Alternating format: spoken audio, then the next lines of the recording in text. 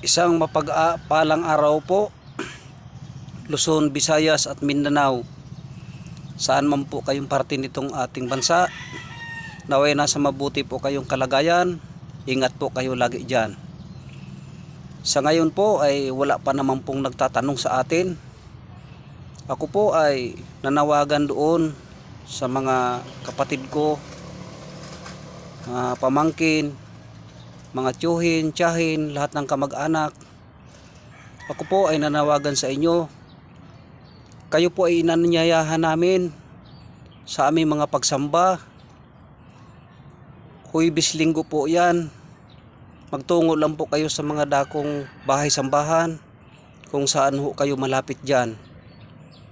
Mga pamangkin ko at mga kapatid at mga kamag-anak ko, mga tiyuhin-tiyahin, bago ho kami mag-anyaya sa ibang tao, kayo po muna ang aming inaanyayahan. Sa panahon natin ngayon lumalaganap na po ang kahirapan, magsuri ho kayo sa Iglesia ni Cristo, kung saan dito ho kami kaanib. Wala namang mawawala sa inyo kung kayo ho ay magsuri sa Iglesia ni Cristo.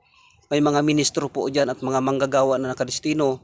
Tsaka mayroon kami dyang mga kamay tungkulin. Magtanong lamang po kayo kung ano po ang proseso sa pag-anib po sa loob ng Iglesia ni Cristo. Meron ho kaming mga gawa